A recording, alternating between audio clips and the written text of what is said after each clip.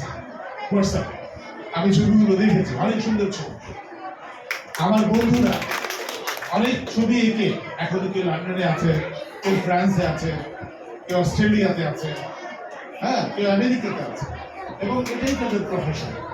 ছবি, ওখানে তারা ছবি আঁকে, ছবি বিক্রি করে, ছবি কিভাবে আঁকতে হয় সেটা পড়ায়।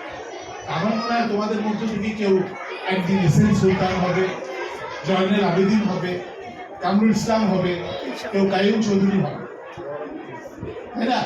তো তোমরা সেভাবে এগিয়ে যাও। তো শিশুরা, ওই আমার এক বক্তা ভাই বলেছে, বগুড়া থেকে এসছেন, উত্তরবঙ্গের মানুষ, আমি উত্তরবঙ্গের মানুষ, আমাদের নীলফামারী। তো শিশুরাই আগামী স্বপ্ন, ভবিষ্যৎ, সমস্ত কিছু সুযোগ। এই শিশুরা যদি সুস্থ থাকে, শিশুরা যদি সুন্দর হয়, স্বপ্ন মনে, স্বপ্ন নেয়, তাহলে আমি সব শিশুদের চোখে দেখতে পাচ্ছি স্বপ্ন।